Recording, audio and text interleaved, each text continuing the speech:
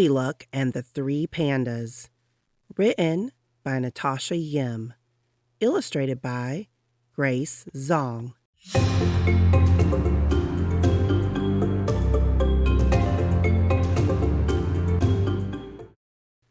When Goldilocks was born, her mother said, "Year of the Golden Dragon, very lucky year.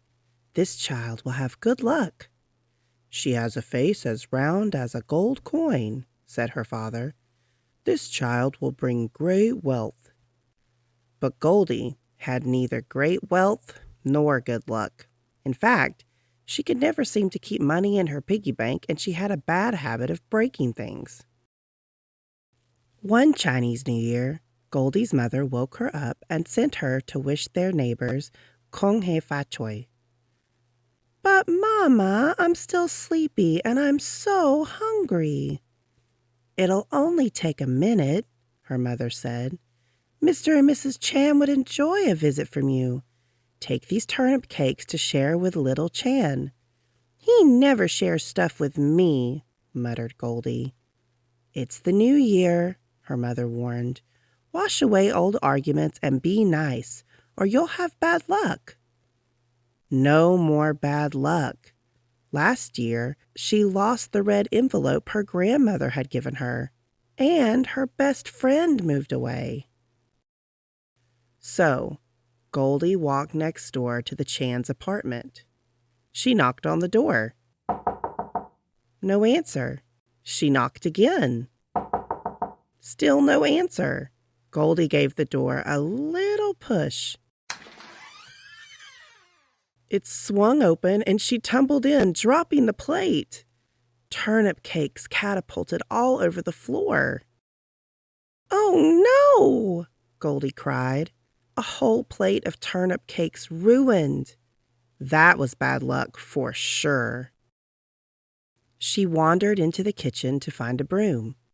On the table were 3 steaming bowls of congee, a ceramic bowl, a wooden bowl, and a plastic bowl.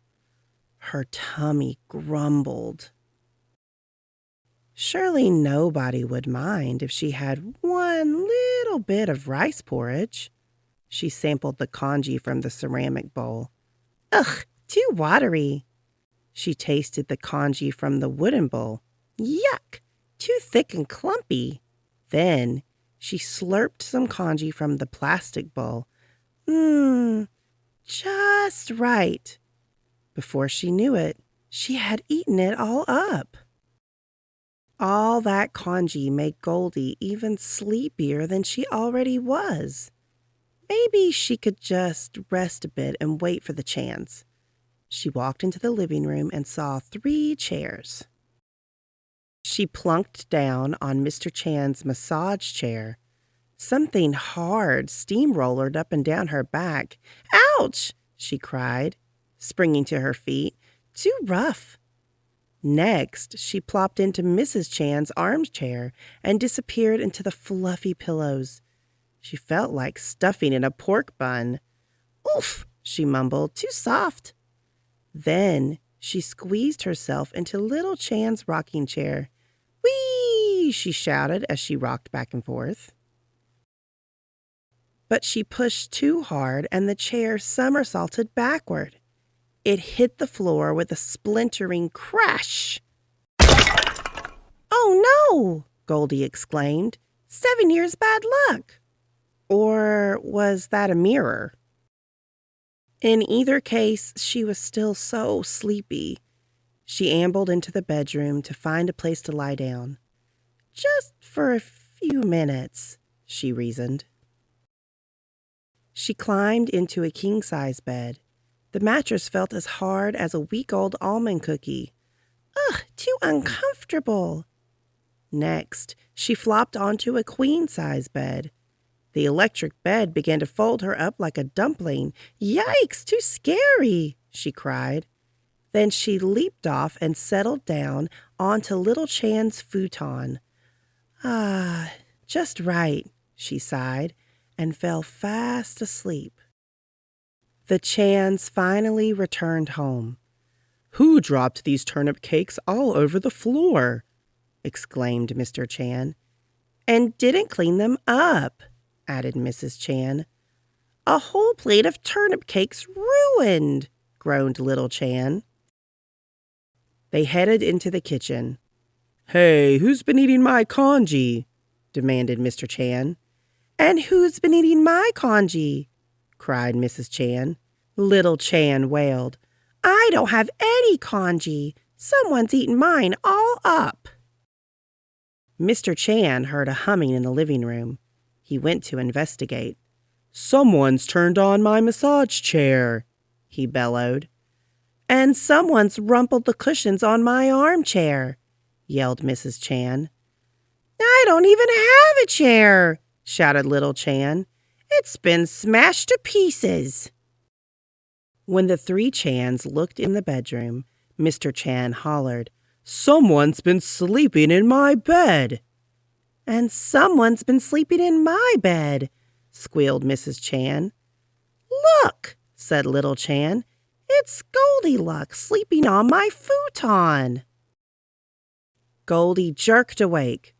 Who could sleep with all that yelling going on? Mr. Chan, Mrs. Chan, she cried. I didn't mean to fall asleep. In a fluster, she jumped out of bed and dashed home. Her mother had set out congee for her breakfast. Goldie was just about to take a bite when she thought of Little Chan, who didn't have any more rice porridge in his bowl. I'm not really that hungry, she said to her mother. She went to read a book in her rocking chair. As she rocked back and forth, she thought of Little Chan, who didn't have a chair to sit in anymore. I'm still sleepy. I think I'll go to bed, she said. Goldie climbed into her nicely made bed. She thought of the pillows and blankets she had strewn about the Chan's bedroom. Goldie jumped up and ran back to the kitchen. She grabbed her bowl of congee and rushed back to the Chan's apartment.